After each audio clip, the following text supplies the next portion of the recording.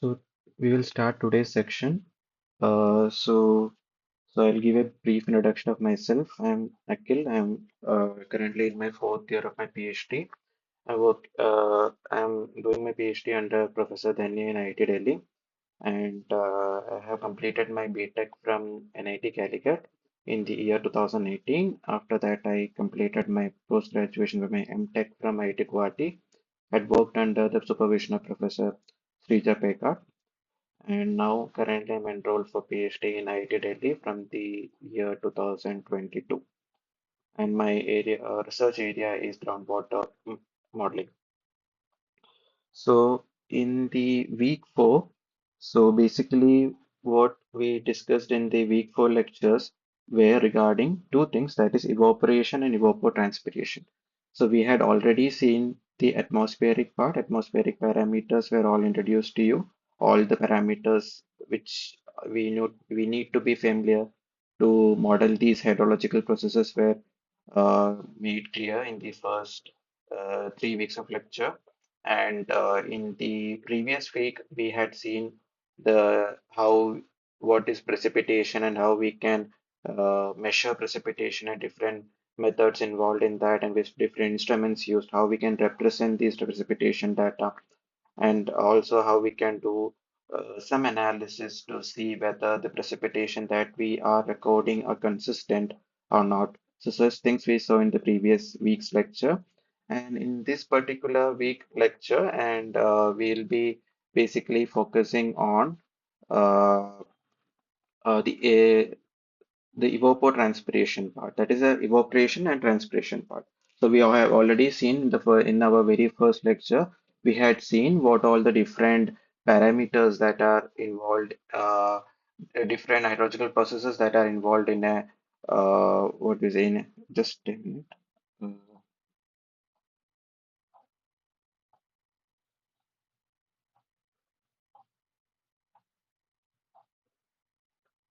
So different parameters which are different hydrological processes involved in a hydrological cycle. So one of the key process was the evaporation or evapotranspiration. So these were process in which the water mass that reaches Earth from the precipitation were getting converted to the vapor phase, that is the gaseous phase, and it rises up to the atmosphere and undergoes condensation. When and after condensation, it will to condensation to occur, we so that they need some particles. So we are the particles in the atmosphere that we call it as condensation nuclei. And once they are available in the atmosphere, the condensation process goes on, and after some time, the clouds are formed and it comes down as rainfalls. This is basically the hydrological cycle, right? So one of the process that you need, the main important process is that how these liquid water mass that is present in the land surface is converted to the gaseous mass. So that is what evaporation deals with. And so basically through the questions which I made, so who have uh, listening to my lecture for the first time, I will give a glimpse of how I follow, the pattern I follow. So through these questions, to the MCQ questions, will be in a way, will be like a recap for the last year, the previous weeks, and through the other questions, that is the numerical type questions, basically will be to like an exercise for you to solve similar questions that were, and it will be helpful to solve the similar questions. Okay. So the very first question is, which of the following is the primarily used to directly measure the rate of evaporation from a free surface? So basically, they are asking which of the following methods or instruments are used to measure evaporation. So we need a instrument that is used to measure the evaporation. Okay. So if we had gone to the lecture, so you will be knowing that evaporation is measured using an instrument called the evaporation pan. So we measure the pan evaporation from pan evaporation through that instrument, and then we convert it to the actual evaporation or the lake evaporation. So let's look into the different options. So we will start with what the two main things that we are going to discuss today, that is the evaporation and evapotranspiration. So we'll start with evaporation. So evaporation, E, and the next thing is evapotranspiration.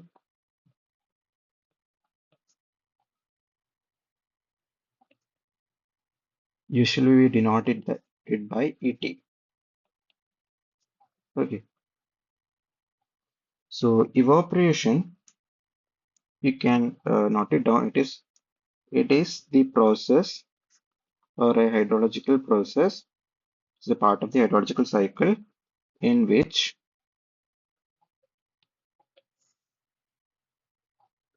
the liquid. So I already explained. The water is already has reached the earth's surface. It is in the earth's surface as liquid through rainfall, in which the liquid changes to vapor state. Liquid changes to vapor state. So where this happens, the liquid is changing to the vapor phase. So where it actually occurs in the free surface. At the free surface of the liquid below boiling point. So this is important when we define it. So evaporation is a process where the liquid transfers to vapor and it occurs on the free surface of the liquid and the temperature is below boil point. So usually the water boils at 100 degrees Celsius, right? So here the temperature will be below boiling point, right? So that is another thing to note. So the temperature here will be below the boiling point. It has not reached the boiling point temperature. So that is a key statement in the definition. And how this happens is through energy transfer. Through energy transfer. So the key points to note here is a process where liquid changes to vapor and it occurs on the free surface and it is the temperature is below the boiling point, not it has not reached boiling point, and the key process is energy transfer. Okay, and coming to so first we'll discuss evaporation, then we go to the evapotranspiration. So let's see how we can measure this evaporation. So as you know, the one of the standard method to measure evaporation is the measurement is through the help of pan evaporation, is using pan evaporation. So this is called pan evaporation.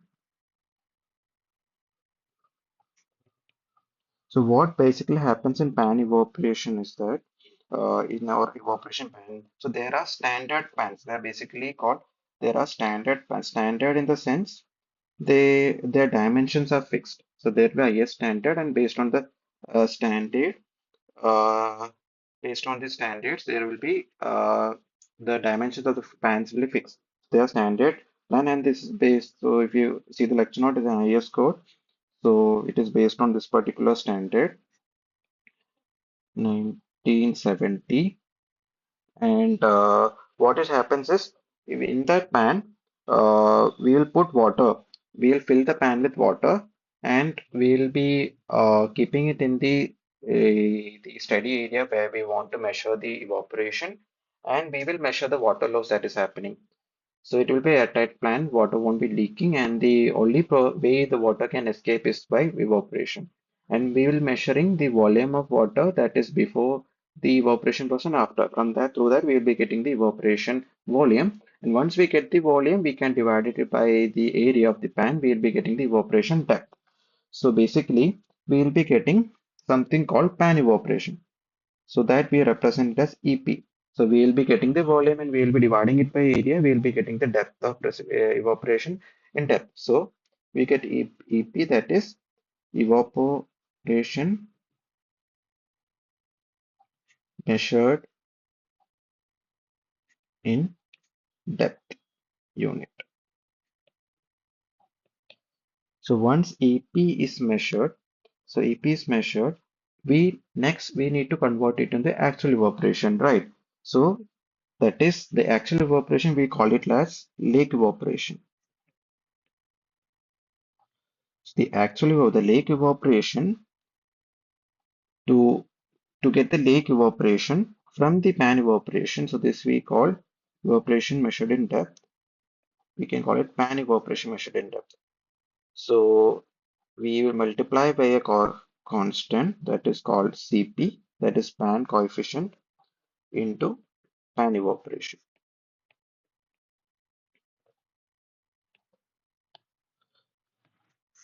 Okay, so the Cp value, or the pan evaporation value, it will be less than 1. It will be around zero point 0.7 to zero point 0.8. So why it is a smaller value? Because when we measure the pan evaporation, it is an ideal condition, right? Watertight condition, and the area is small compared to the area of the lake. So the amount of heat energy it can store, the heat storage capacity will be different, and also the surface area will be different, and the measurement elevation height will be different, so the depth of water will be different. So those discrepancies, to adjust in our measurement, we will be multiplying with this constant. This is called pan coefficient. So Cp is called pan coefficient. And why Cp is multiplied? Because the depth of the exposure pan is different from that of the ground, from the lake. Heat storage capacity is different. Heat transfer is different in the lake and the pan. And the pan diameter and the lake area will be different. Variation in vapor pressure, wind speed, and temperature. This will be different for both lake and pan. That's why I multiply with this constant. Okay. So the answer is evaporation pan. Okay, so we'll just look into the other options, that is the field plot and lithometers. So before we come to that options, we will just see the glimpse of what is evapotranspiration is. The evapotranspiration is basically, from as the name suggests, nothing but evo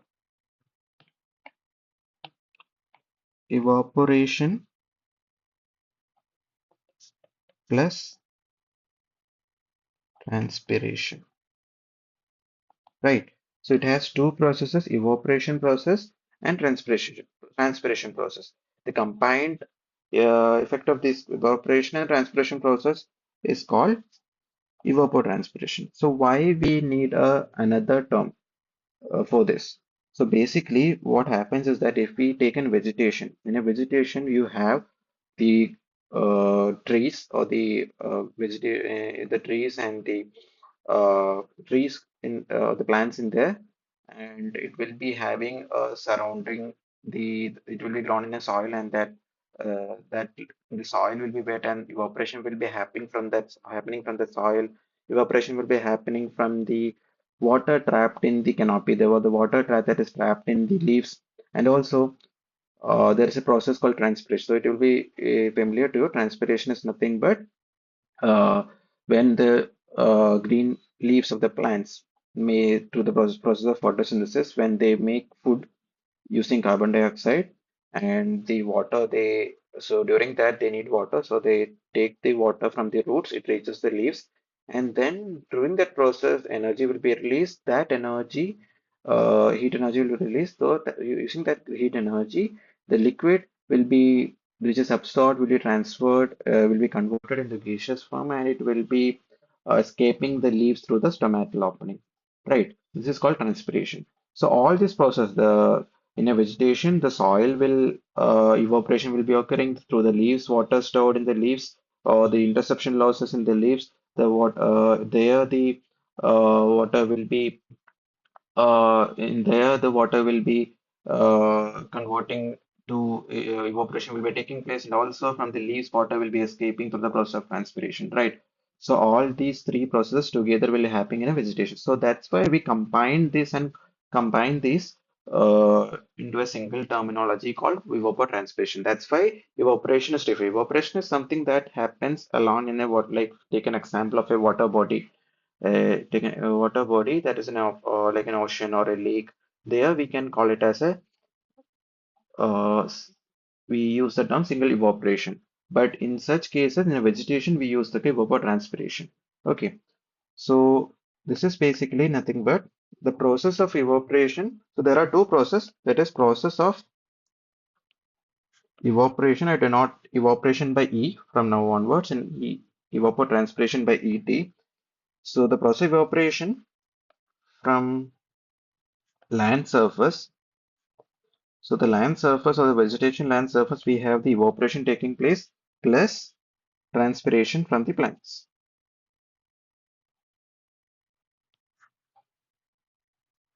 From the plants or vegetation. So this is combinedly called, so this collectively called, so these two is collectively called evapotranspiration. So how we can measure this? So evapotranspiration, we will be using something similar to the pan, but a bit more complicated one. So there, what we will be doing, the instrument that we are using is called lysimeter. Similar to evaporation plan, we will be using a lysimeter to measure evapotranspiration. So lysimeter is basically instead of a pan, we are having an airtight tank. This is a tank or watertight tank. Watertight tank we'll be having, and inside that, we'll be filling the tank first with gravels that forms the foundation, then the soil that is the actual soil type of that particular area that we want to measure, measure the evapotranspiration that we'll be filling that soil.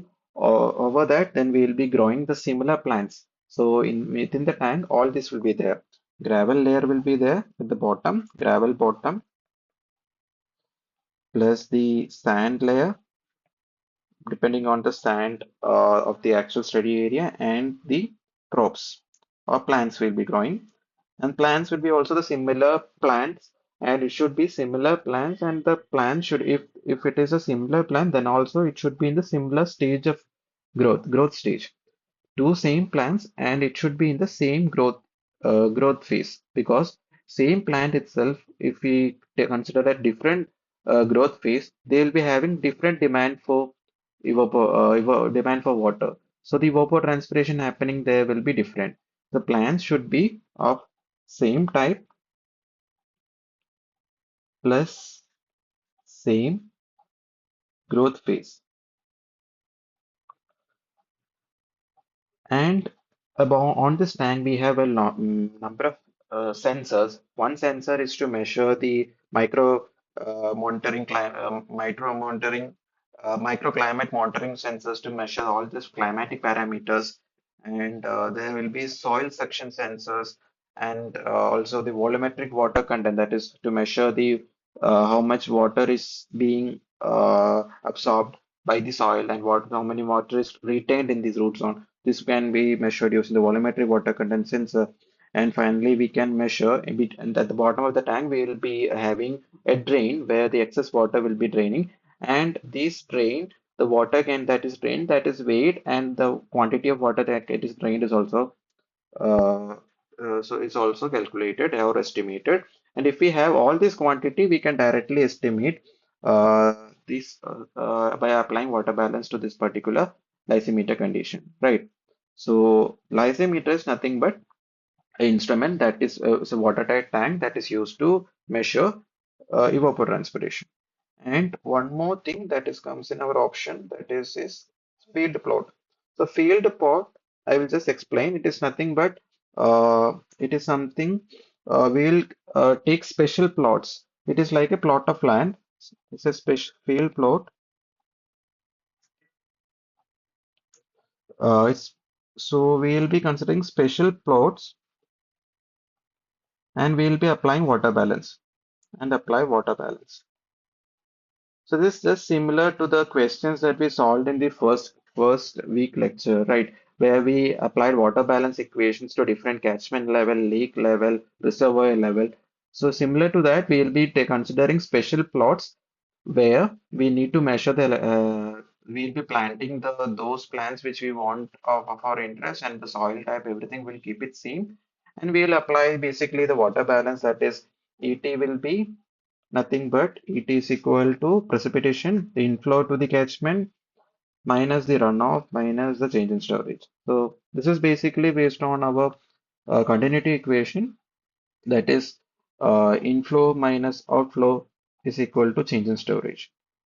Right. So this is very simple. Field plot is nothing but it's also used to measure evapotranspiration, and it is based on the water budget scheme.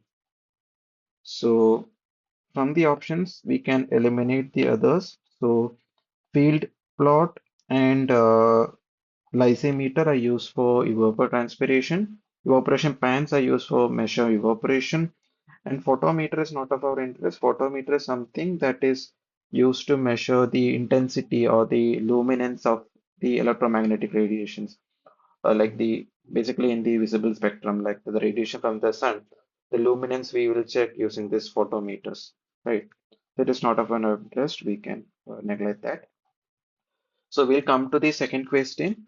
So in the energy balance method for estimating evapotranspiration over a water body, if the sensible heat flux and the ground heat flux are negligibly small, the evaporation rate is predominantly driven by.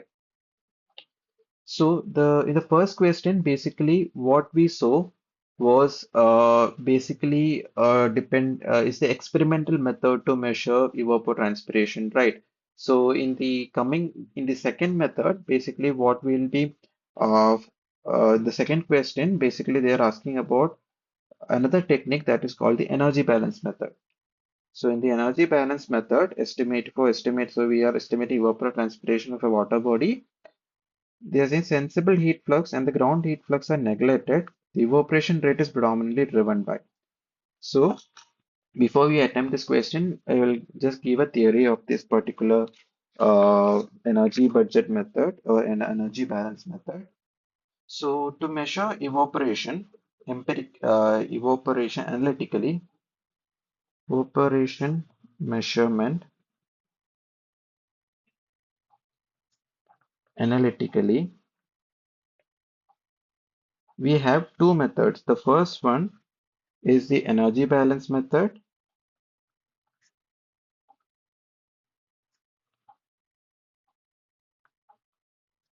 and the second one is the aerodynamic method. So we have seen both in the previous week lectures, right? The week 4 lecture, right? So here they are being asked about the energy balance method, right? So in energy balance method, what we does is we have our what we say we already know the theorem, RTD theorem, which we can apply over a control volume of a fluid, and we can apply the general laws of conservation of mass, momentum, and energy, right? So similarly, we will be applying the energy conservation considering a control volume of our interest. So based on that, the energy balance method is derived. Okay. So what the control volume that we are going to consider in this particular case is nothing but a pan. So we know in the first question, which is clear that we will be using evaporation pans to measure evaporation, right? Or we will also call it evaporimeter. So we will consider a control volume within the pan. So within the pan, this is the pan. So just the control volume will be enclosing the pan, enclosing the volume inside the pan. So consider this as the control volume. So control volume is volume within the pan. So the volume enclosing the pan is the control volume, and in the pan we are filling it water, right? So consider that if water is there till this particular level. So here it is water, and here it is air. So there are two medium, water is there and air is there in the top. So the control volume has two mediums, water and air, right? So now let's, since we are going to work on the energy balance, let's apply each energy fluxes on this. The first one is the net radiation. So net radiation denoting by Rn. So Rn is nothing but net radiation.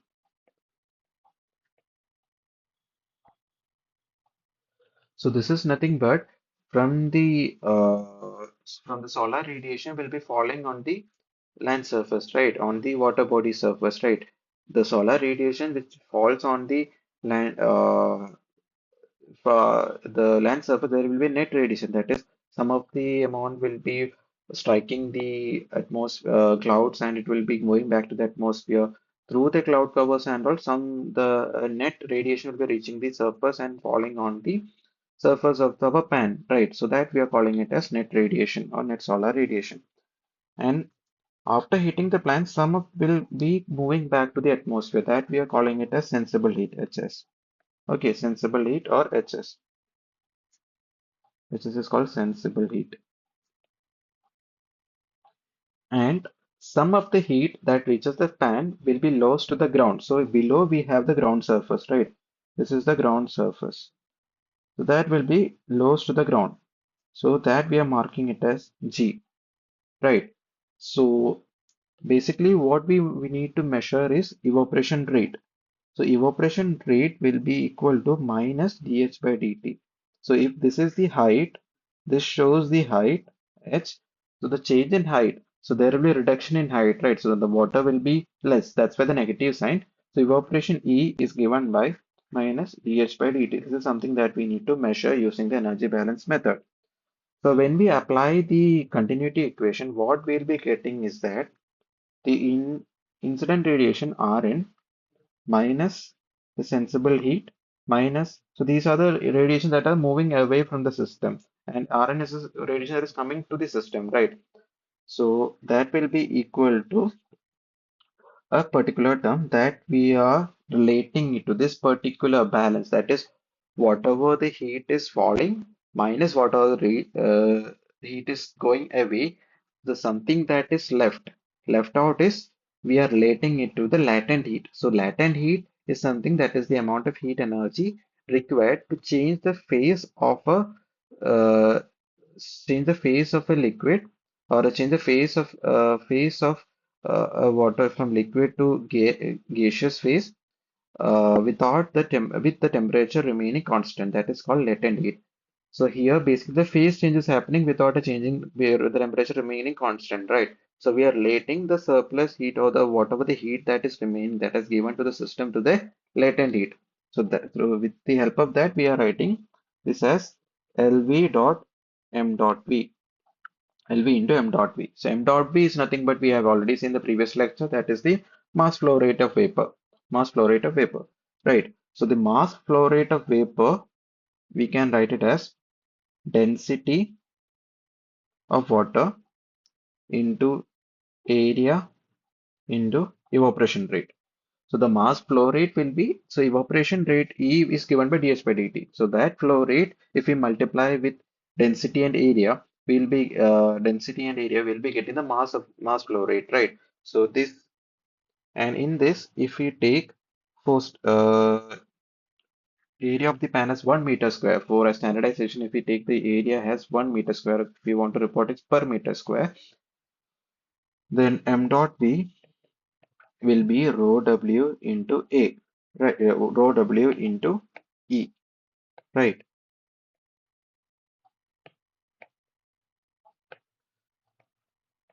So now if we substitute that in this particular equation, substitute this particular thing in our this particular equation, we'll be getting Rn minus Hg minus Gs is equal to uh,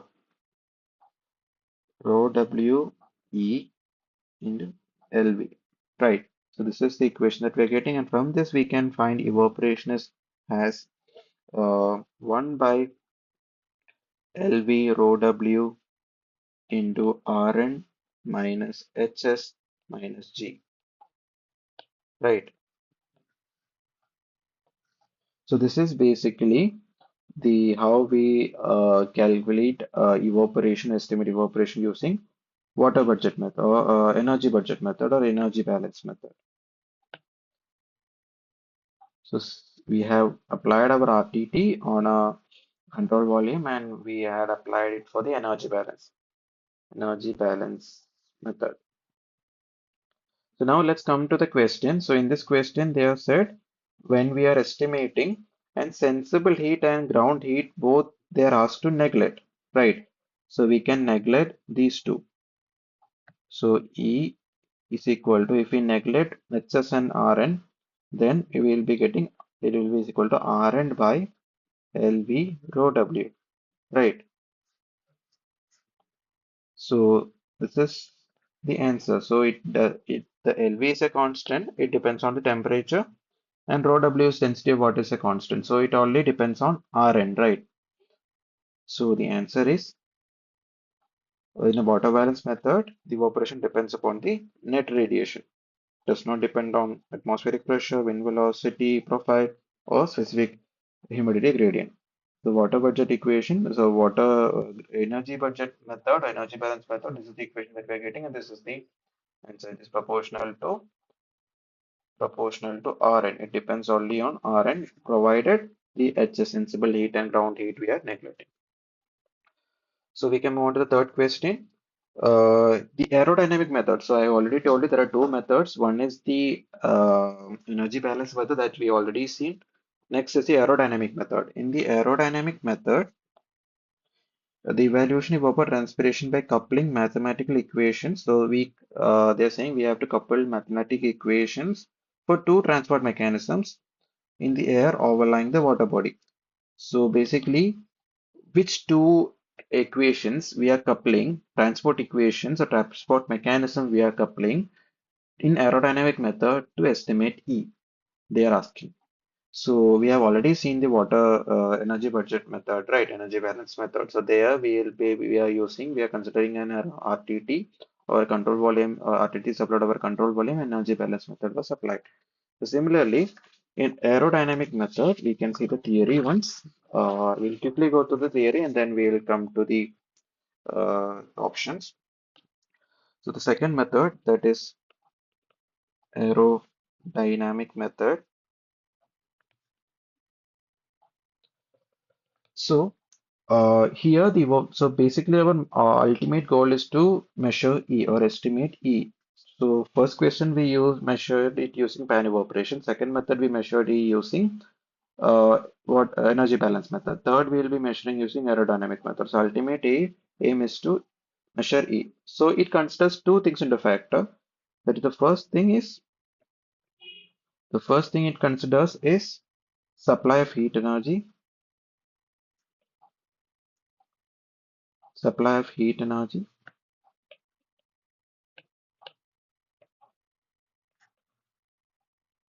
So this is the only thing that was considered in the water budget equation. Now, some heat energy has to be supplied, that is through Rn.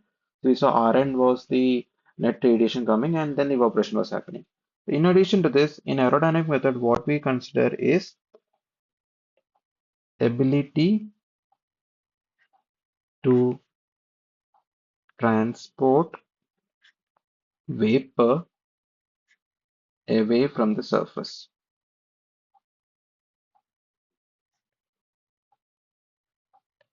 So basically, what this means is that in the first case, we saw that heat energy is falling and heat energy is striking the water body and water temperature, the evaporation happens, right? And in the second case, but only if that happens, the evaporation won't be continuously happening. If we want more and more evaporation to happen or to a constant evaporation to reach a constant rate, the vapors which have already been vapor the water that has been already converted to the vapor which is just above the free surface where the evaporation happens, that has to be moved away so that more and more vapors can be created. So that motion basically is done by the wind actions, right? So the water will be heated and it will vaporize, the evaporation will happen, and the wind will has to take this uh, air mass away from this, and ultimately it has to uh, take it to the atmosphere, right? Basically, that we call it as uplift of air mass that we already seen in the precipitation chapter. So that additional mechanism, that condition also they are considering here. So both these conditions should be there for evaporation to happen. So that is the basics. Okay. So basically, to model this particular thing, the second statement, that is the ability to transport away the vapors from the surface. Uh, this transport, so basically this transport rate,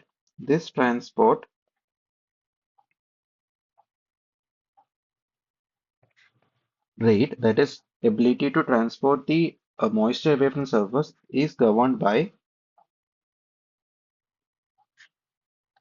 two things. That is, first one is humidity gradient,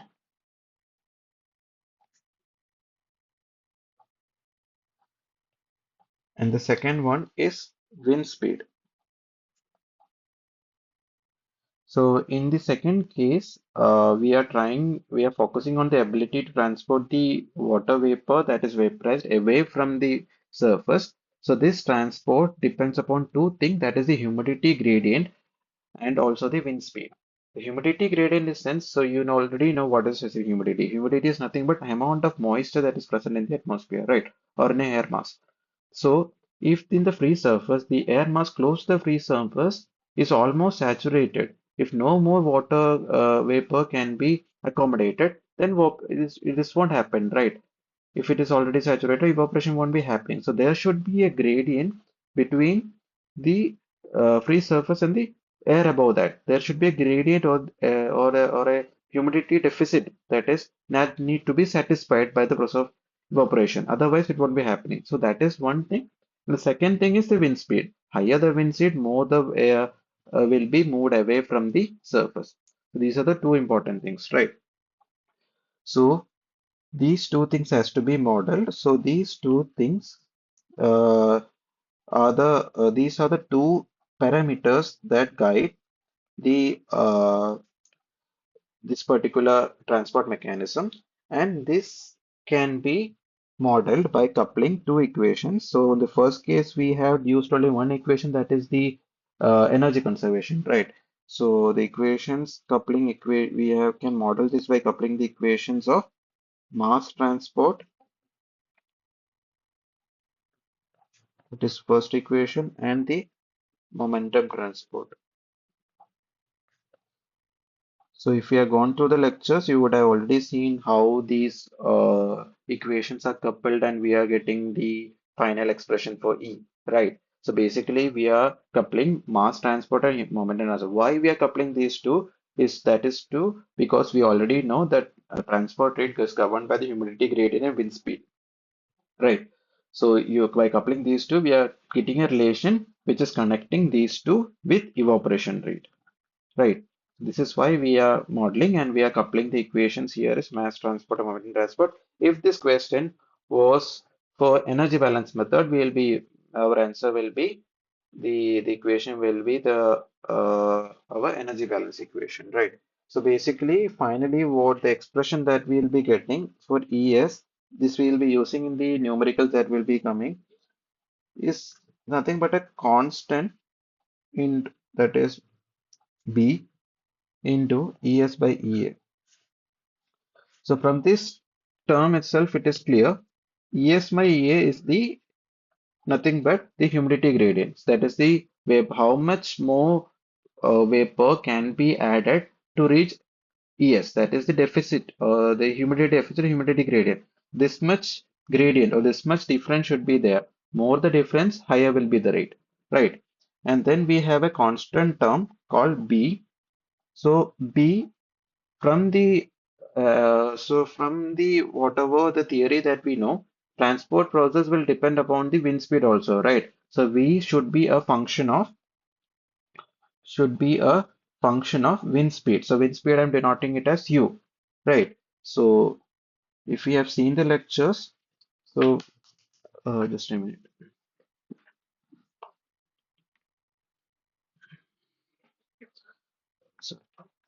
So if we have seen the lectures, B is estimated as 0.622 k square rho A U2.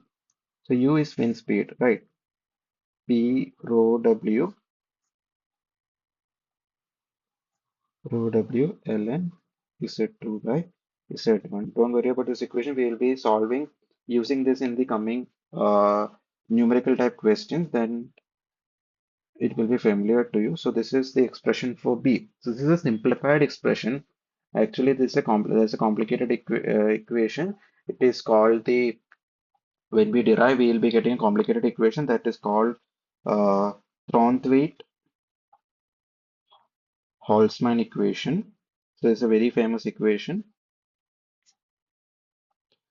Once we get the Thorndike-Holzmann equation, we will be simplifying many terms in that, and then we are coming up with this particular expression. So only one thing you have to remember is this has two terms. One is a constant term, and the second term is nothing but the humidity gradient or the humidity deficit or the vapor pressure deficit. The first term is a function of velocity or the wind velocity. So we had modeled this using two equations, that is mass transport and momentum transport. Why we used these two equations? Because we wanted expression for evaporation E, which is connecting humidity gradient and wind speed, humidity gradient and wind speed, right? So that is the only thing you have to remember. Equations will be all anytime you can refer. You don't need to by heart anything. We will be having these n number of equations are there to estimate this. You just have to remember in such particular methods like aerodynamic method or water budget, energy budget method, which particular theory is behind that, what assumptions that we made, what are the things we are trying to connect. If that is clear, that is enough. We can answer any of the logical questions asked from these chapters, right? So let's move on to the fourth question. That is, according to Dalton's law of evaporation. So Dalton's law of evaporation is a very famous law, and you will be knowing that which forms the basis for many empirical equations. So the first question we saw experimental method. Second was analytical method using energy balance and aerodynamic method. And the third is the empirical method. Empirical method in the previous class, if you remember, I had explained. What empirical method is, this is we know the relation. So for example, we already know uh, our evaporation depends on humidity gradient, wind speed. So these, what all the evaporation depends on, that we know.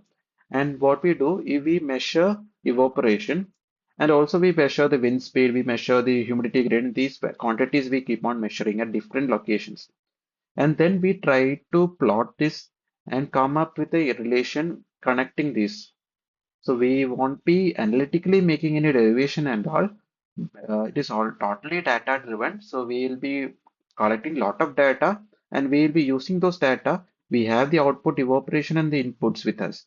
We will be putting all those values and we will be finding the values for these constants that can solve this problem without going into the depth of all these uh, derivations, right? So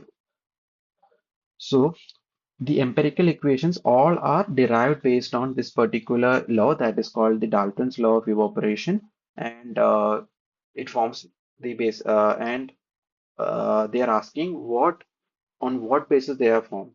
That is, rate of evaporation directly proportional to what?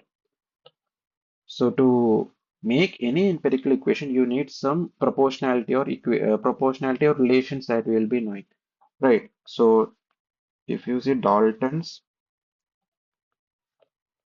law of evaporation is nothing but evaporation is directly proportional to the vapor pressure gradient, right? ES minus EA. It is nothing but something that we already used here. So on the basis of this, all the empirical equations are derived. So the empirical equation, what we do is they multiply a constant to this ES minus EA and they calculate E. So the novelty or the main part is how to calculate K, how K is calculated. So K, so in empirical equation.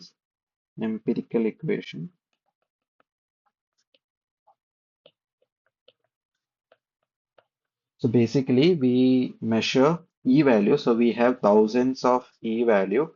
We have thousands of ES minus EA values. And to measure K, what we does is we find what all other factors K depend upon. So one is wind velocity, and that we already know. And other maybe depending upon the density of the air. So we will listed all those factors which K can depend on, and we will measure these factors. We take 1,000 values of U for different conditions of E. We take 1,000 values of density for different conditions of E and E minus CSF and try to fit. And the best fit or the best relation we will be using to this. Right. So the Dalton's evaporation law says that higher the gradient, the change, higher the difference from the actual evaporation and the saturated evaporation. That means that much more or that much more vapor can be added, higher our evaporation rate. Right. So the answer is it is not the absolute sum of temperature, sum of the saturation, it is not the sum, it is the difference, right? Wind velocity at the water surface, no. It basically on the basis, they all are derived on the basis of difference between the saturated vapor pressure and the actual vapor pressure. So this is the main relation, and basically we try to model using by finding the value equation for K. That is, this is absolutely data driven, right? So that's so the answer. We already got the answer. So we'll move on to the uh, fifth question. So fifth question is, which of the following best defines potential evapotranspiration? So this is a question that is coming from evapotranspiration. So in the first question, we already saw what is evapotranspiration, and this is the asking the definition for potential evapotranspiration. So before we come to this, we you already know what is evaporation, right? So it is nothing but evaporation plus transpiration, collective term for when we consider vegetation and all. So let's see what is PET. So evapotranspiration we measure, we denote it by PET. So it is ET, evaporation, uh, that occurs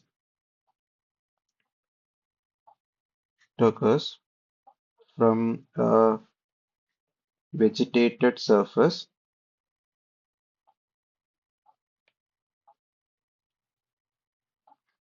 when so when there is sufficient water available.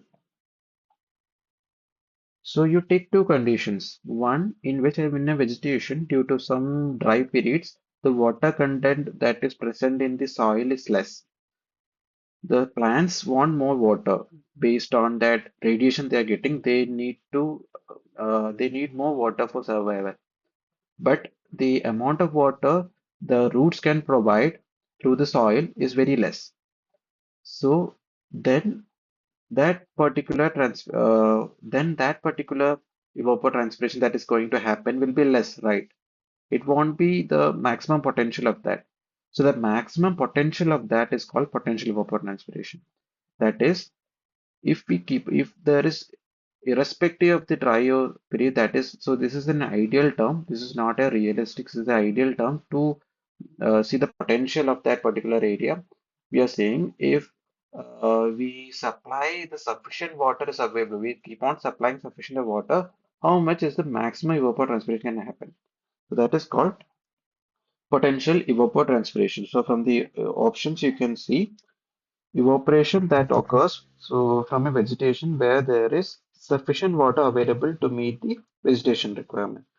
So B. So only thing you have to remember here is that potential evapotranspiration is not an actual thing. It is the potential of that area if we keep on supplying the sufficient water that the uh, crop or the vegetation needs. If you see the first option, actual amount of water lost from the atmosphere through evapotranspiration to the atmosphere through evapotranspiration under the existing field conditions. So this is the first case, right? So it was a dry period, so that much water is not there in the soil, so it won't be performing to that potential. It will be lower than the potential evapotranspiration. That is called AET. That is actual evapotranspiration. So this is called AET or actual evapotranspiration. Actual ET. So from this it is clear that PET is always greater than AET, right? Greater than or equal to. It will be equal to only when PET will be all equal to AET when the sufficient amount of water is supplied, right? Evapotranspiration rate from a specific hypothetical reference crop.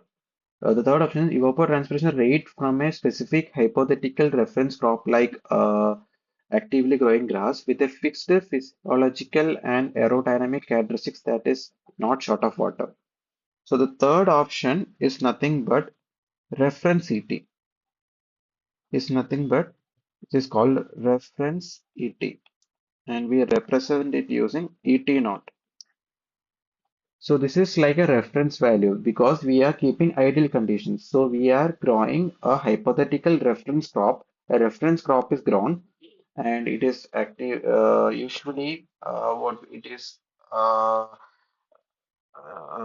to 5 centimeter of healthy growing grass. That is the reference crop that we are using, and we are fixing the aerodynamic and physiological conditions, and we are it is not short of water, and we are providing the sufficient water. Then what will be the ET? So here we are fixing all, in addition to the supplying water, we are fixing the crop type or the stage of crop. That is why we are mentioning that the crop should be 8 to 15 centimeter. That means if we are keeping a benchmark for the stage of the growth of the plant also. So that way, so that is how we are finding the reference value. We are fixing both the aerodynamic parameters, physiological parameters, also the stage or the growth of the plant, and also the type of the crop. So these all things we are fixing. Then whatever we are getting, that is we are calling it as reference ET or ET naught, right? So the last option is the amount of water transferred strictly by the plant leaves, entirely ignoring evaporation from the soil. So this is called transpiration.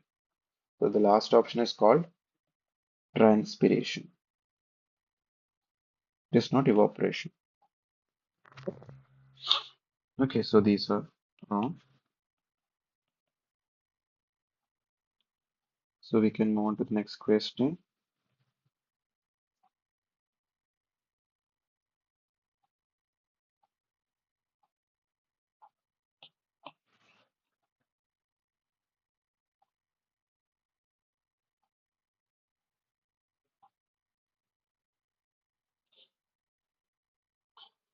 So this is the next question.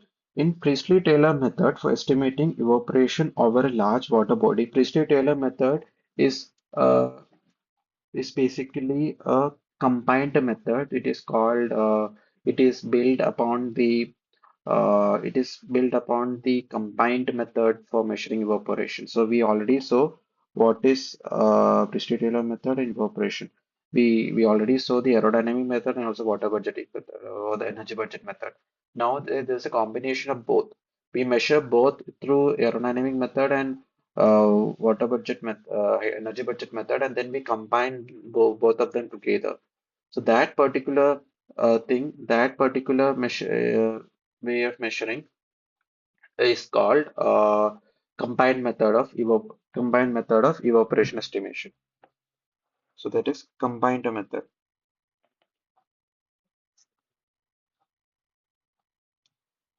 That is energy balance method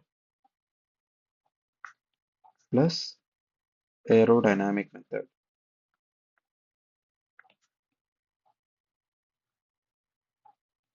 Right. So basically, what they do here. So when it comes to a combined method, the expression that we'll be getting is We calculate evaporation from by using the what we say we using the uh, radiation method or the energy balance method that we are taking as ER. And also we have evaporation calculated to aerodynamic method, that is we are saying EA. Okay, so these two expressions also all we have already seen, right? So ER is nothing but Rn by LB rho W. This is when we neglect G and also H, sensible heat, and EA is given by a constant B into ES minus EA. So we already saw how we can measure these two using the aerodynamic method and the what energy balance method, right? So we will calculate these two, then we will apply two weights, W1 and W2. So that will be evaporation by the combined method. So evaporation by combined method is the weighted sum or the weighted sum of ER and EA. So these weights can be written as E is equal to uh, uh, delta by delta plus gamma ER plus gamma by delta plus gamma EA.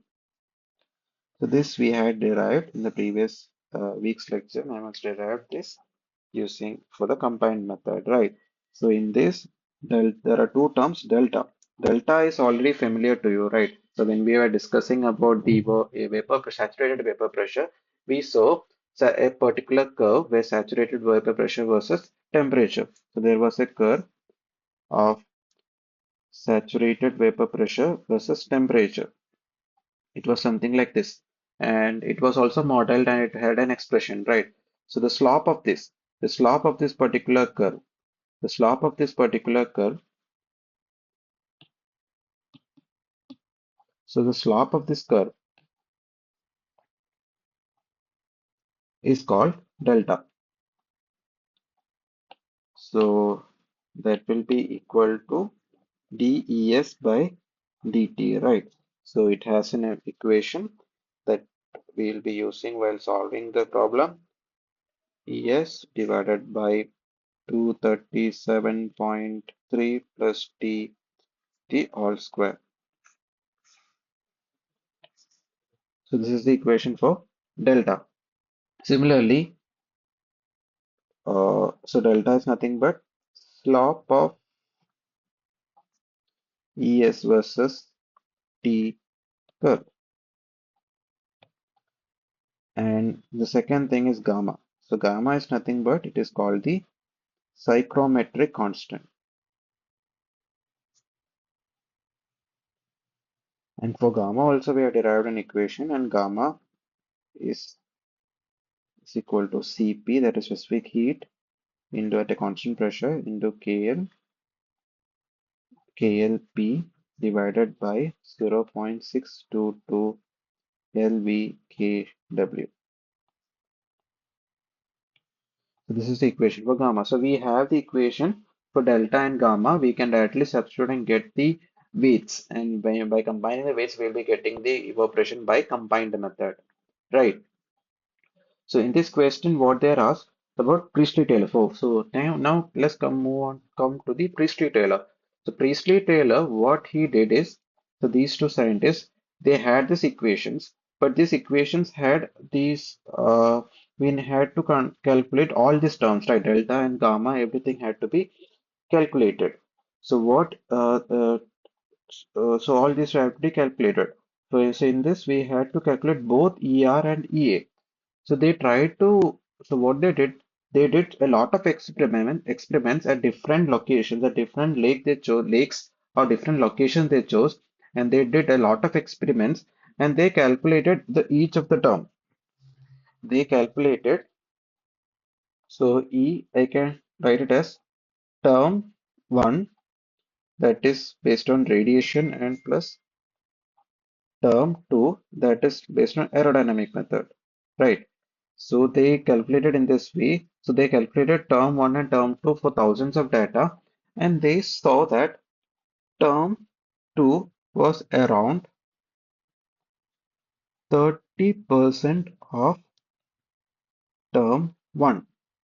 That is uh, the term 2, that is gamma by delta into EA is 30% of delta by delta plus gamma into ER.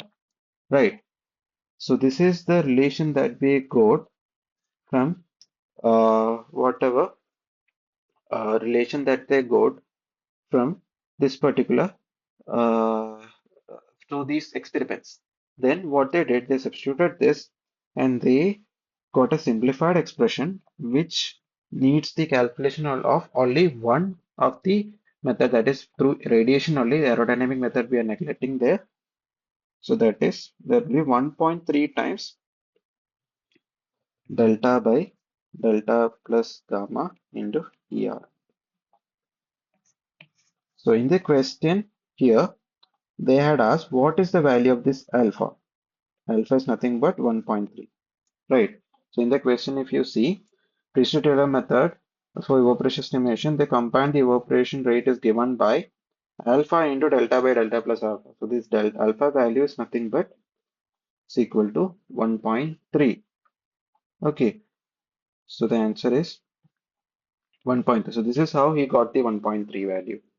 So basically, he did experiments and found out that the second term is only the 30% of first term, and they gave a weight of 30. So he gave a weight of 1 to the first term and zero point 0.3 to the second term, and came up with this particular equation, that is 1.3 into delta plus gamma into ER.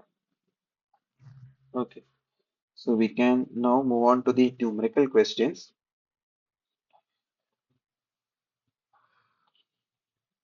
The first question, just a minute. The first question is during a specific month, the total evaporation from a large reservoir was estimated to be 135 mm. So, a reservoir, now take a case of a reservoir, and evaporation is happening in that reservoir. So, in that reservoir, the estimated evaporation was 135 using water budget method. Okay. From the water budget method, water budget for the reservoir we had already applied in the first class, right? In the very first class, we had applied this, right? So for exact same period, a standard A standard class A. So there are different classes. So based on the IS standard, there are different classes. It basically differs in the dimensions. Was installed at the meteorological station near the reservoir and recorded a total evaporation of 180 mm. So the pan evaporation is 180 mm. So calculate the pan coefficient Cp for this. So basically are asked to find the pan coefficient. Here the only confusion that can come is whether the pan coefficient is lake by pan or pan by lake. So basically it is easy. You can say, remember always that Cp is always less than 1 and it's around 0.7 to 0.8. Right. So always this value will be by the larger value, smaller value by the larger value. The smaller value will be always given by the reservoir, right? And more evaporation will be happening in the ideal condition of pan. So it will be pan evaporation by lake evaporation.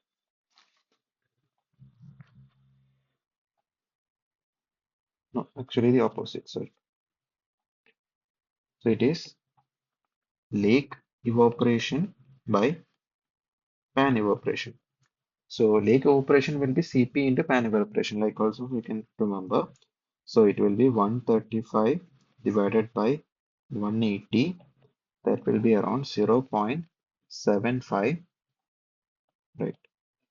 So the Cp or the pan evaporation is 0.75. So only thing we have to remember here is that Cp is less than 1. It will be around zero point 0.7 to zero point 0.8. And another thing you have to remember, or else we can remember it like that. like this lake evaporation that is calculated from pan evaporation, that is equal to, so lake evaporation will be always equal to a factor Cp into pan evaporation that is measured. So this is estimated. This is something estimated, and this is something that we measure. Okay, you can remember us in this way. Don't get confused. Always Cp is less than 1. It is between zero point 0.7 to zero point 0.8. So it should be high, lower value by higher value. Lower value will be always for the actual case, and higher value will be evaporation will be for the pan case. Right. So that's a question from pan evaporation. So the next question is related to the energy balance method. Just a minute. Mm. So you can read out the question. Calculate the daily evaporation in mm per day. So we have to calculate the daily evaporation in mm per day from a lake using energy balance method. So basically, you have to make use of the energy balance method. The net radiation that entering the water body is 280. So net radiation, we already know what is net radiation. So and it is around 280 watts per meter square. The sensible heat flux to the atmosphere is 30 watt per meter. Sensible heat flux, that is the heat flux that escapes back to the atmosphere, is 30. And heat flux uh, to the ground is 10 watts. That escapes to the ground is 10 watts per meter square. The air temperature is 35 degree temperature, degrees Celsius. What is the density? Water density is 9997 kilogram per meter cube. So we need to calculate the evaporation, daily evaporation rate, that is per day. We need to calculate. So such questions, so we already know the equation for Rn. So Rn, so equation for E is given by Rn minus, if these are not neglected, these two terms will be there in the numerator, divided by Lb into rho W, right? So here Rn is given, Hs is given, G is given, rho W is given. So we need to find what is Lv, right? So Lv is latent heat of vaporization, right? So it has a relation, latent heat of vaporization, it has a relation with temperature. So Lv, or latent heat of vaporization,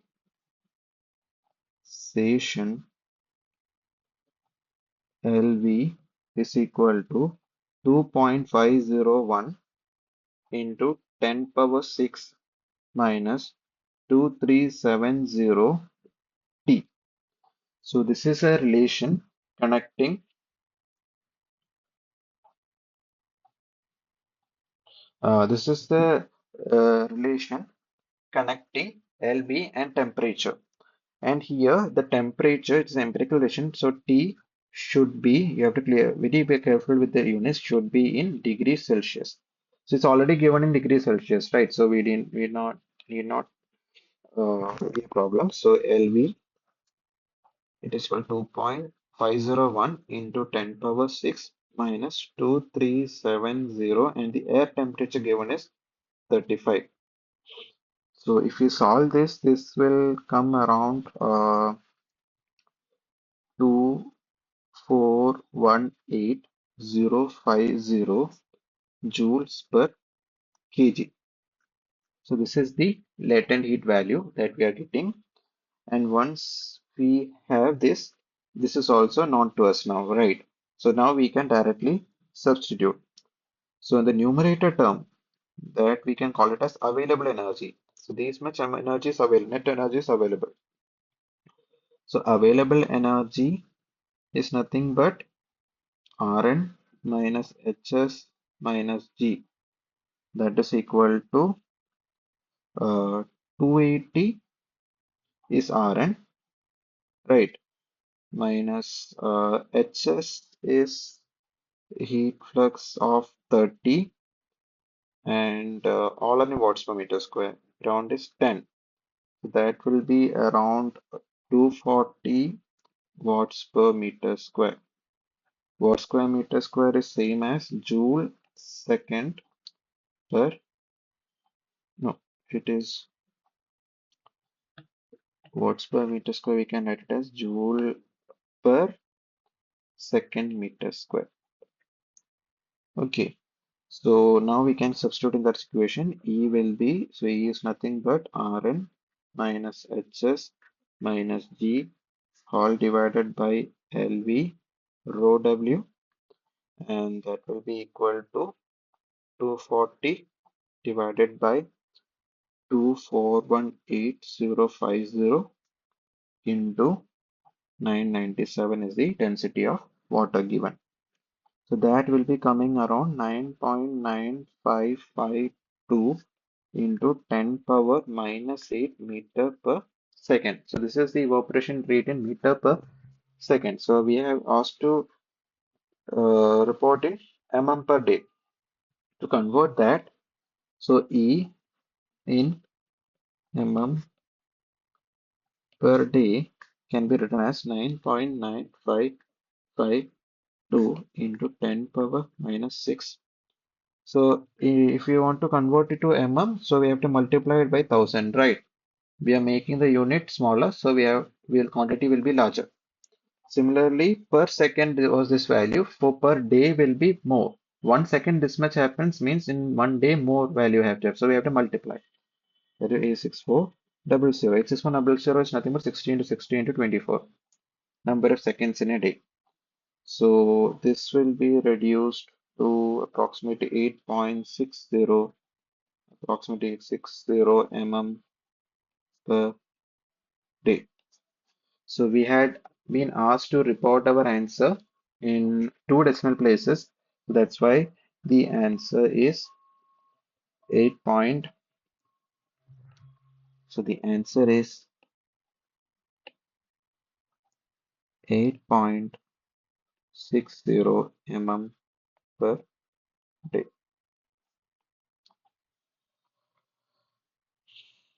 So this is a straightforward question. It is nothing but we have to be careful with the unit and also the empirical equation. Here, one empirical equation we had used, that is here. The unit of T should be in degrees Celsius, right?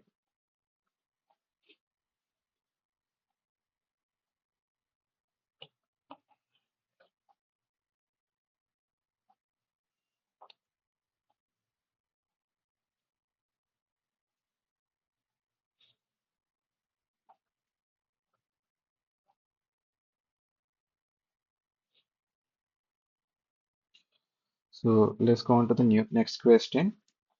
So the average weather conditions recorded at a monitoring station near a reservoir are. So here this is also a reservoir problem, and there is a weather station near the reservoir, and the weather conditions are measured here are. Air temperature is 25 degrees Celsius. Relative humidity is 45 degrees, 45 percentage. Wind speed is 2.5 meter per second. Measured at a height of, these are measured at a height of 3 meter above the water surface. Assume standard atmospheric pressure as this much. Roughness height is 0.2. Density of air is this much. Density of water is given. Von Karman's constant is given. If the reservoir has a surface area of 2 meters square, 2 kilometers square, estimate the total volume of water lost in cubic meter due to evaporation a single day. So here they have been asking us to find the evaporation in volume. That is volume of evaporation, not the rate. We need to find the volume of evaporation in cubic meter, right? So basically, we already saw this is basically on based on the aerodynamic method. So seeing the values that are given, we can understand this is based on the aerodynamic method. So in based aerodynamic method,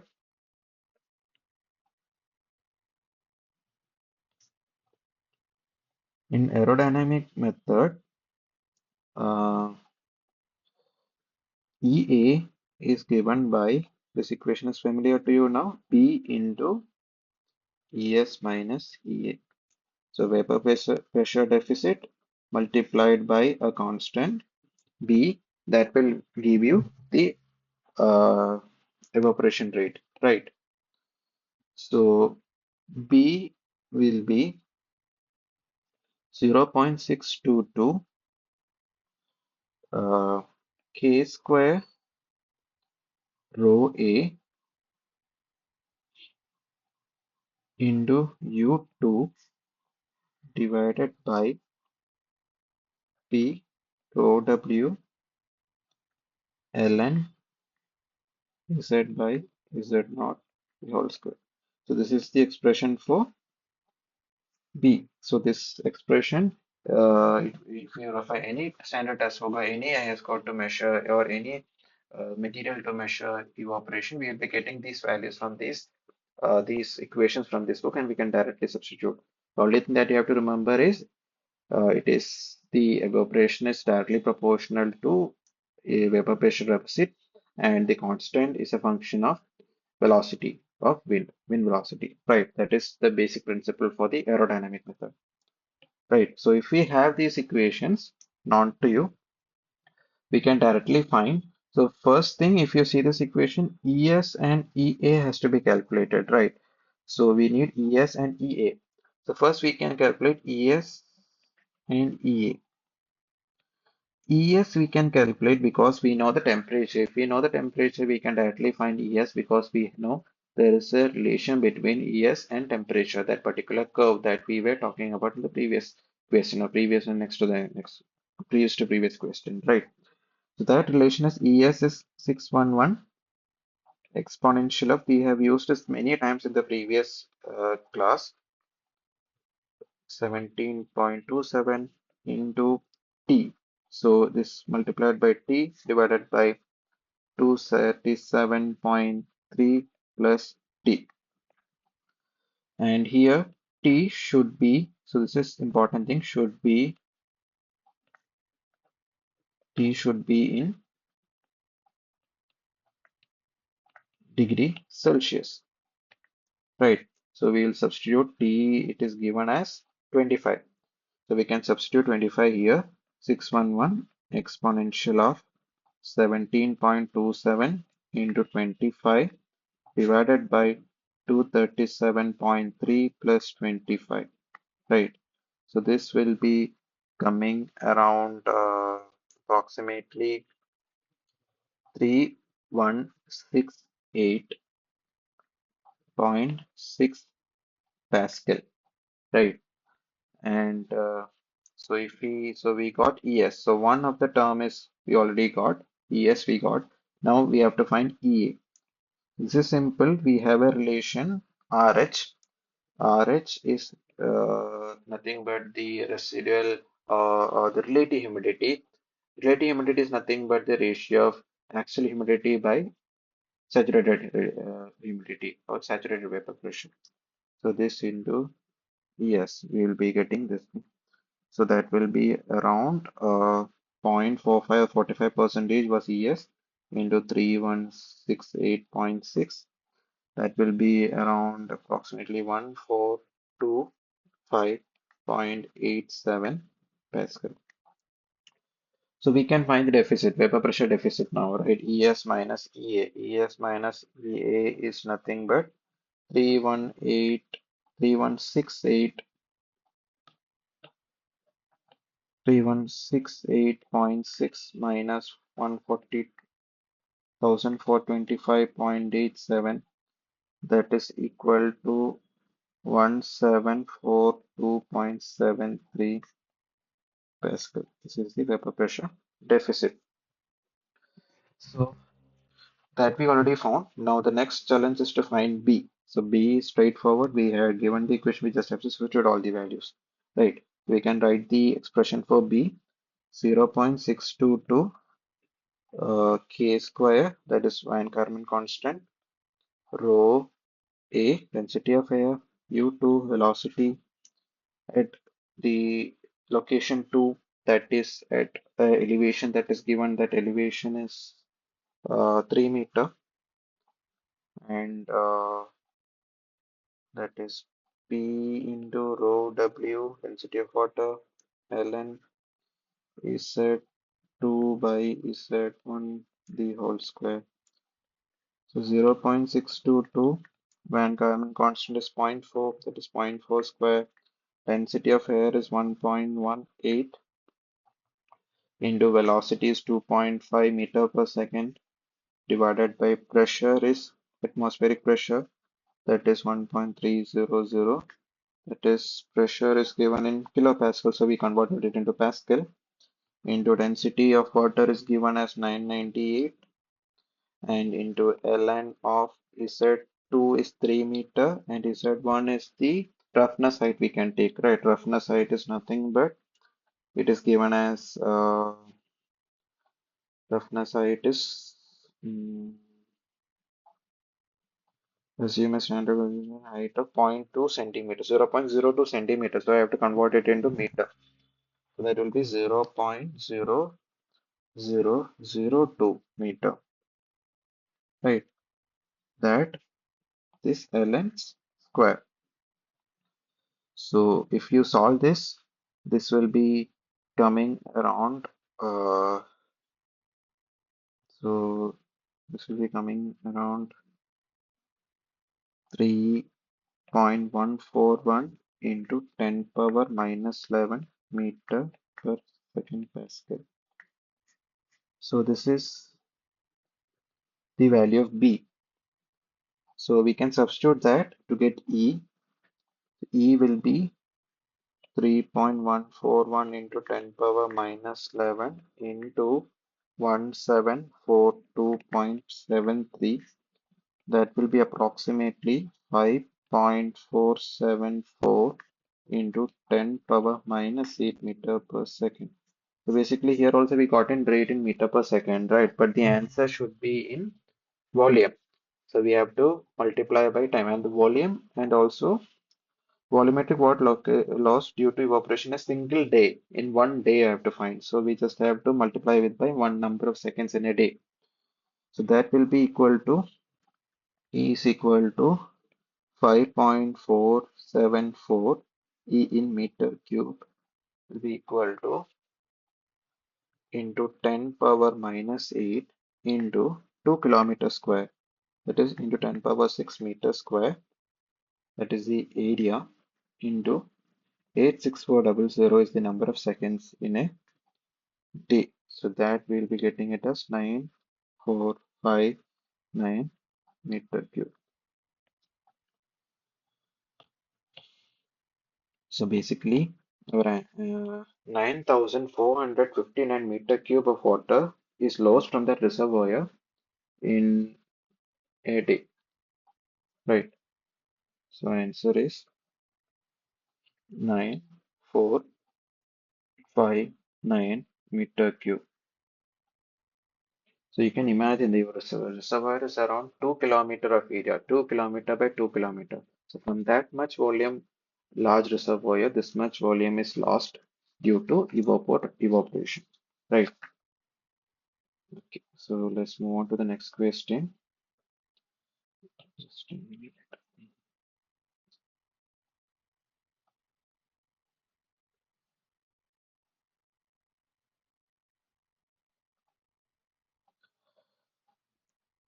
So this is the next question. A meteorological station is located near the a large reservoir. This is also a reservoir problem in a semi-arid uh, region. Recorded the following daily weather conditions. So the weather conditions are net radiation is given, air temperature is given, relative humidity is given, and wind speed at 2 meters given. Okay, and assume constant and parameter the following were the constants for the location where the atmospheric pressure is given, roughness height is given, saturated vapor pressure at 20 degrees Celsius. So that is already given. We don't have to calculate. Density of air is given, density of water is given, kH by kW ratio is given. And the specific heat is given when Kármán constant is given. So compute the daily evaporation using First, we have to compute that using the combined aerodynamic and energy balance method, then the pre-state Taylor method. So basically, all conditions are given. We have to compute both the what we say the evaporation to that is energy balance method and also combined aerodynamic method, and we also throw the and we have to combine using those weights which I have already explained in the MCQ questions, right? So this is also a straightforward question. So basically, the combined equation formula that we have already written, it is E combined is given by delta plus gamma into E radiation plus gamma by delta plus gamma into E aerodynamic. This is what we need to find. So first we need to find ER and EA. So we will try to find ER and EA, right? And before that, before ER and EA, we already calculated for the previous methods, like previous two questions where one was to find ER, one was to find EA. So here we will focus more on calculating delta and R, that is the slope of the temperature and saturated vapor pressure graph, and also gamma. Gamma is a psychometric constant, right? So once we have ER and EA similar to what we solved in the previous questions. Okay, so we will start with delta. So delta is given by, it is the slope of the ES. So I have already shown you this in today's lecture early. So ES, we have T and this particular slope. This slope is called delta. So this we can write as dES by dt, that is given by an expression 4098 into 233. mm, just a minute.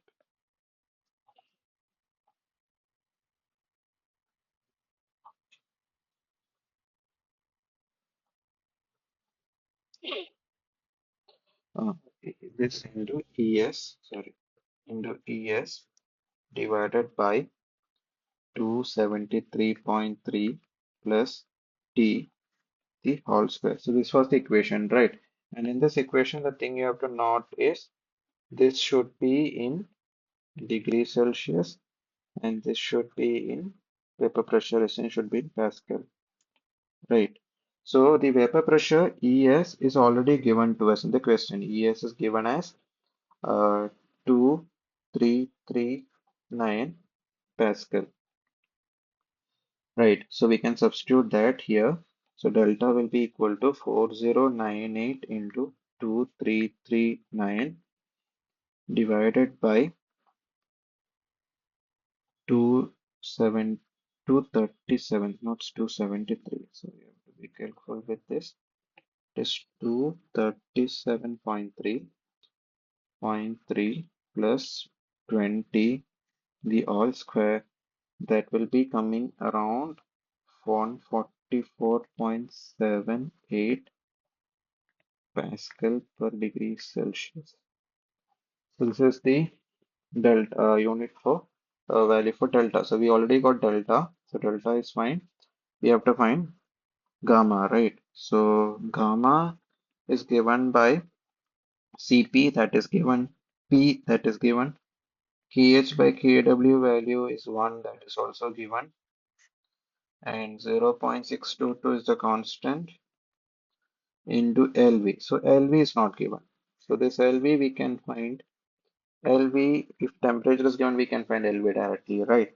So it is nothing but 2.501 into 10 power 6 minus 272,370 into T. That should be in degrees Celsius. So to 20. So that we'll be getting 2453600 Joule Kelvin. So we already got Lv, right? So we can substitute here to get gamma. Gamma is equal to Cp is given as 1005.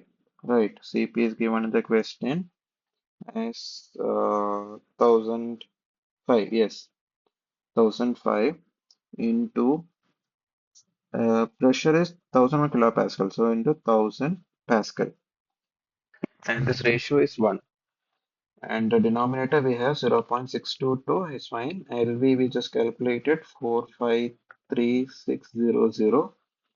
And if you substitute everything, we'll be getting 0.51 Pascal per degree Celsius. So we got gamma also, and we got delta also. So we have the constants with us. Next, what we need to find is these two individual values, that is E through aerodynamic method and uh, E through the aerodynamic method and E through uh, uh, wha- energy balance method, right? So now if you find E through radiation method, so we have that is net radiation divided by LV into rho W. So here we are neglecting sensible heat and ground heat. Okay. So directly we can apply. So radiation is given by 150 watt per meter square. So that divided by LV we have already calculated 53600. Density of water is given as 998. So this will be coming around 6.1257 into 10 power minus 8 meter per second. So E radiation in mm per day we can find. So this is the common unit that we represent evapotranspiration, right? It is 6.1257 into 10 power minus 8 into 10 power 3 mm into number of seconds is 96400. Right.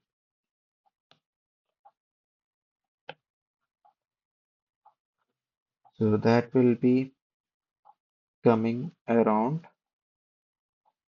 uh, ER is around 5.293 mm per day.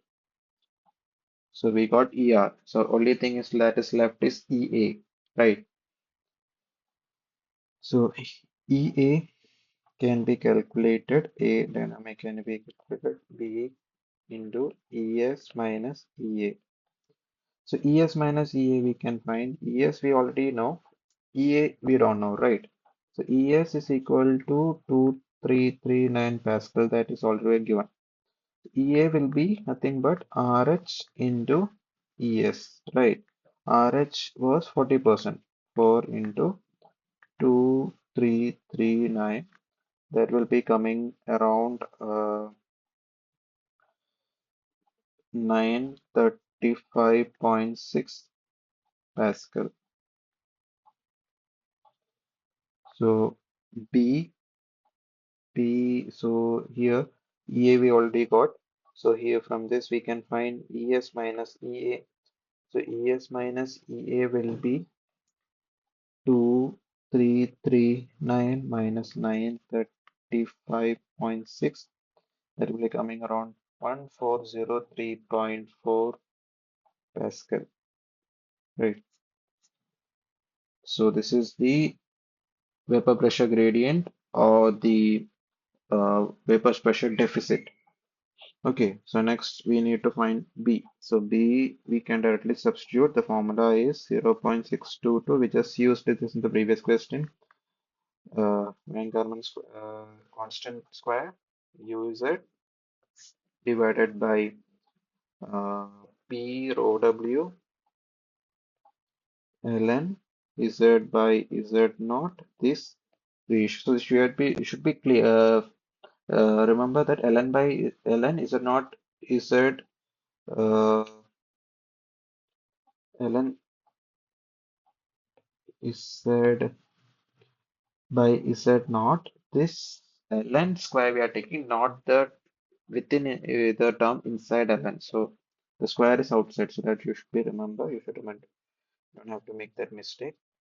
So 0.622 into zero point 0.4 square into 1.20 into velocity is 3.5 meter per second divided by pressure is 101 kilopascal, so that we have to convert in Pascal.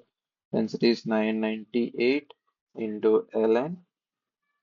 So ln is said is 2 meter height, and the roughness depth is 0005 the whole square. Right, so B you will be getting it as 6.028 into 10 power minus 11 meter per second Pascal. Okay, this is straightforward. We have just substituting, and finally we can find EA. So EA is nothing but B. B values 8. B value is just we calculated 0.628 into 10 power minus 11 into, and the vapor pressure deficit we calculated as 1403.4. 1403.4, that is approximately 8.46 into 10 power minus 8 meter per second. So this also we can convert it into meter per day, right? So EA in mm per day will be equal to 8.46 into 10 power minus 8 into 1000 to convert it into and into 86400 to convert it into per day. So that is equal to 7.309 mm per day.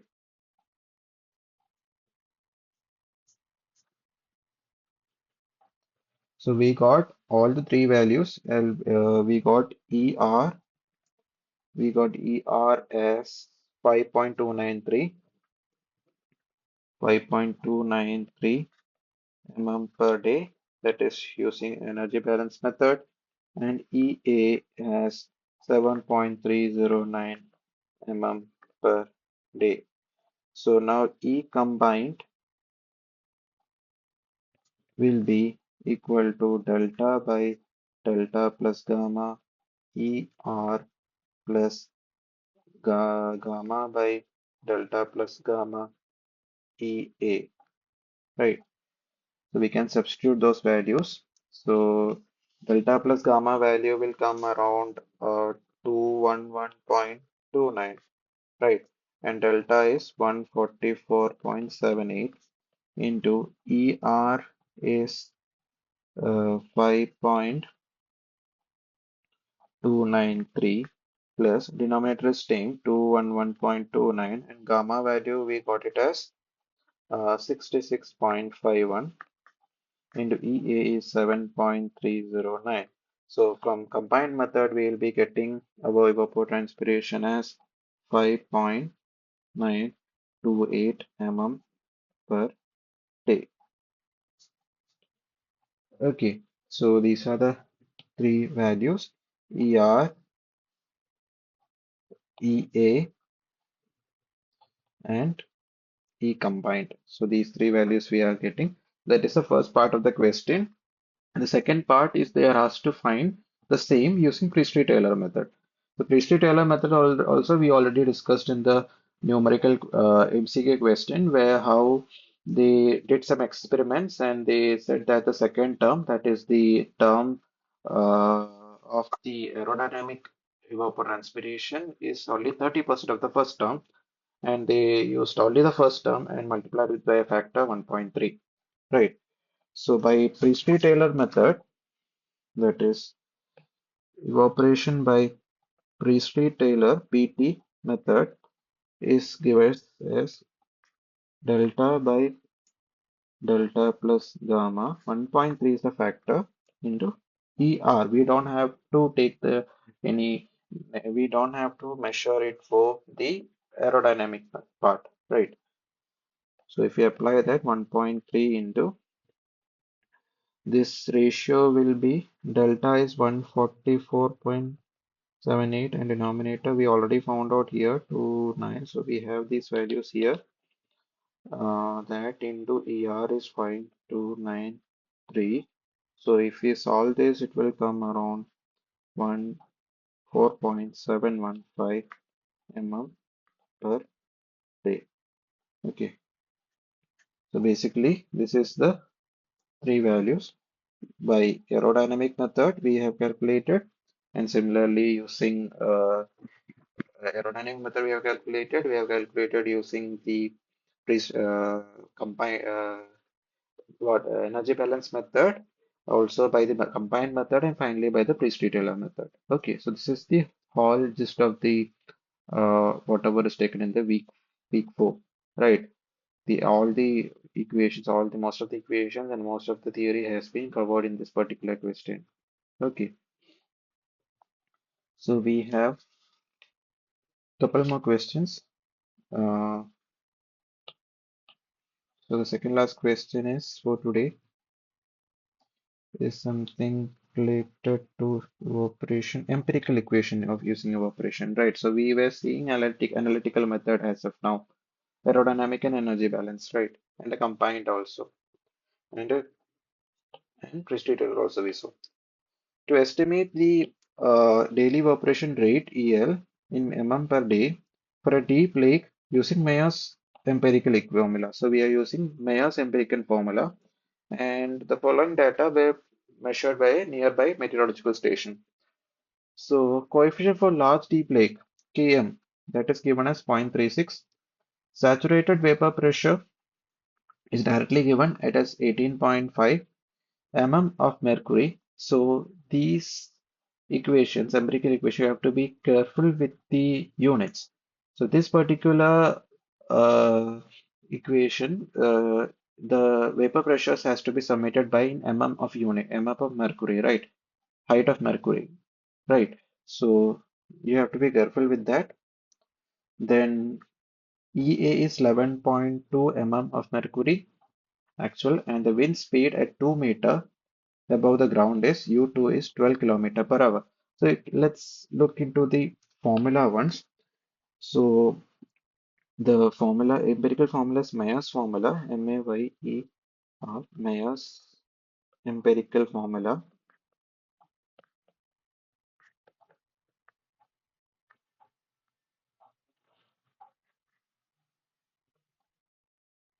So the formula is given by EL is given by, evaporation is given by Km into ES minus EA 1 plus U9 by 16. Right, so this is the formula. So ES and EA should be unit is in mm of mercury. Okay, and rest U should be in U9 is velocity of wind at 9 meter above the ground in kilometer per hour. So this also you have to be careful with the unit, per mercury and kilometer per hour. Right, so now we can solve. But the problem is here ES is given, EA is given, KM is given, but U9 is not given, right? U9 is not given. How to find U9? So there is a power law, that is 1 by 7th power law. 1 by 7th power law, you can make of you this power law of velocity profile. You have to make use of this. Okay, so basically what it says is that u at two distance u9 by u2 or any two distance proportional to the height h9 by h2 to the rate of 1 by 7. So this is a 1 by 7th power law, right? So we need u9, so it is nothing but h9 plus h2 whole raised to 1 by 7 into u2, right? So that will be h9 is 9 by 2 all raised to 1 by 7 into U2 is given as 12, right? So this, if you solve, it will come around 14.7875 kilometer per hour. It is already in kilometer per hour. And ES and EA, it's already given in kilometer per hour, right? If it was in Pascal, you can use a simple equation, static pressure equation, that is B is equal to H rho G or rho G Z. And if you want the height of any liquid or of any liquid of other than water of non-density sigma, you can just divide the pressure by that density of that particular grid and density of that particular fluid by and into G, that is expression due to gravity. So it is already converted and given in mm of mercury. So we have to just substitute this. So EL will be, the formula was 0.36 is K, and the difference will be 8.5 minus 11.2 into 1 plus 14.875 is the velocity at 9 meter from the ground, and denominator is 16. So if you solve, you will be getting this value in mm per day directly. So this empirical equation, it will be calculated in mm per day. So you have to be, that is coming out 5.071 mm per day. So you have to be careful with the units. So I'm writing it once more. These two should be in mm of mercury. So this should be in kilometer per hour,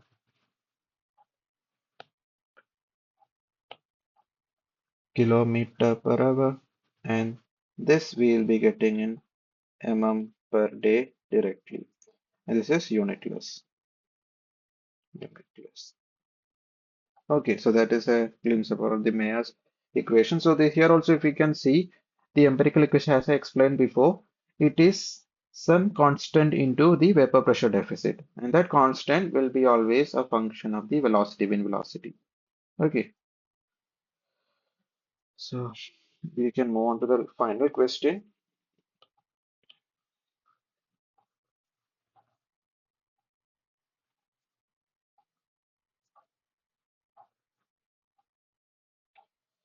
So we can do the last question, that is estimate the potential vapor. So this question is for potential vapor transpiration. Okay, so PET. So we're from ET, we're moving to PET. ET we already saw. Energy balance method, aerodynamic method, combined method, and empirical method. All the three, and also experimental method. All five types we have seen the numerical. Now we are coming to the PET, that is the potential evapotranspiration. We have need to estimate the potential evapotranspiration in mm per day using Penman formula. So that is also an empirical formula. It is called Penman formula. And there the net radiation is given, Rn is given.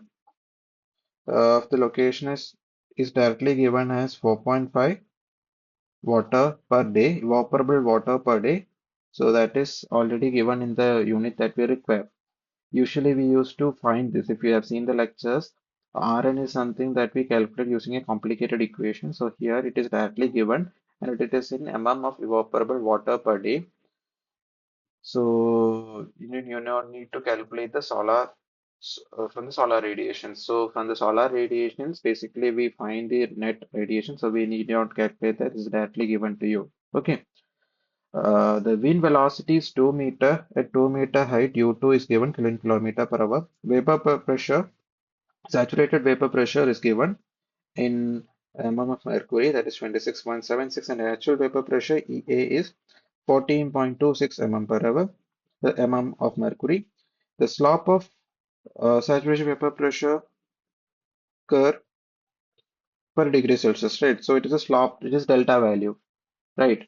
The slope of saturated vapor pressure to the temperature curve, that is 1.35. Delta is also directly given, and the psychrometric constant is also given. So we need to find the potential PET. PET value we need to find. All these values are given.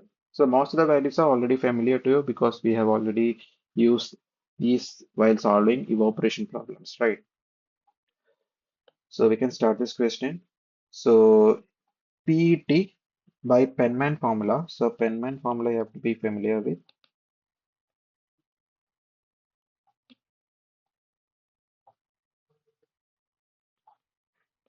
So Penman's formula gives PET as PET is equal to delta Rn plus EA into gamma divided by delta plus gamma. So things familiar to you, you know Rn. It is already given the question, but you have to be familiar. You should know the unit in which it is given, and if it is not given, how to calculate that, right?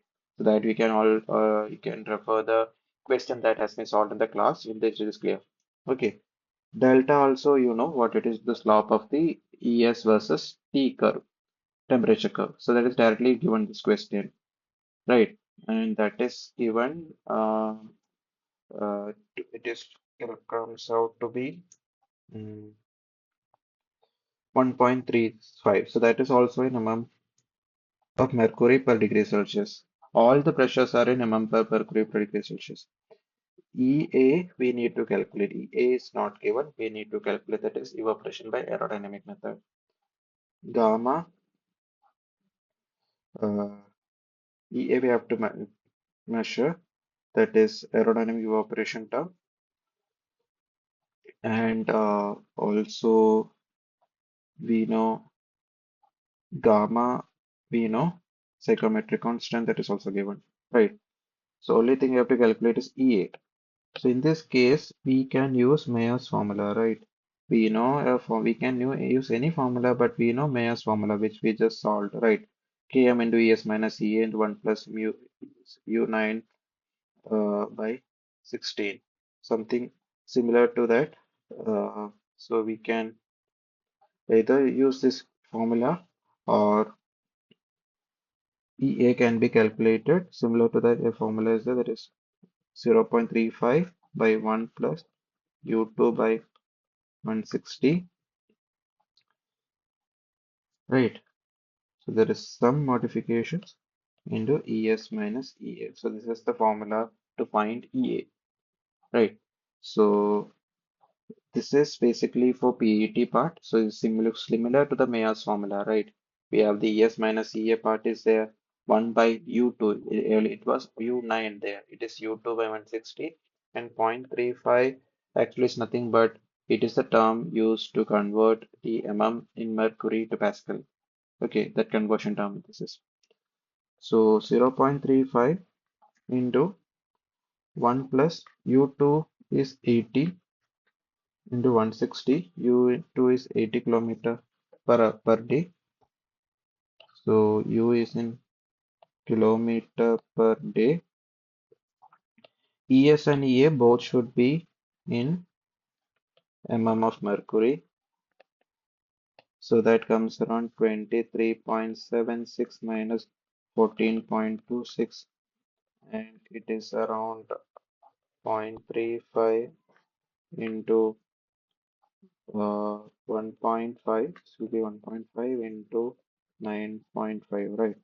So it will be 4.9875 mm per day. This is EA, how we calculate EA in Penman equation, right? Similar to Mayer's equations, but you have to be careful with the units. Okay, and if we know that, we have to find ET.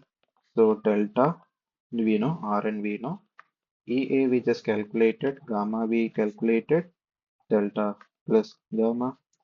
So delta is 1.35 into 4.5. Delta should be also in mm of mercury per degree Celsius into 4.5 will be Rn value. That is Rn's unit should be familiar.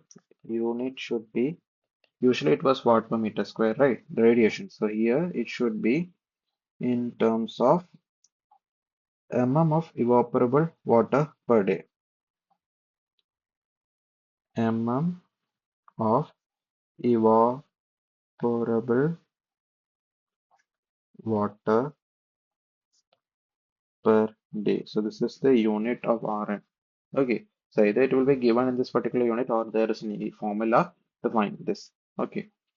So EA is 4.9875, which we already calculated, multiplied by 0.49 is the gamma value, divided by delta is 1.35 plus 0.49, which comes out to be 4.6298 mm per day.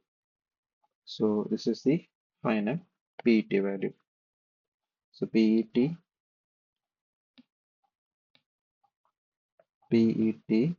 in mm per day.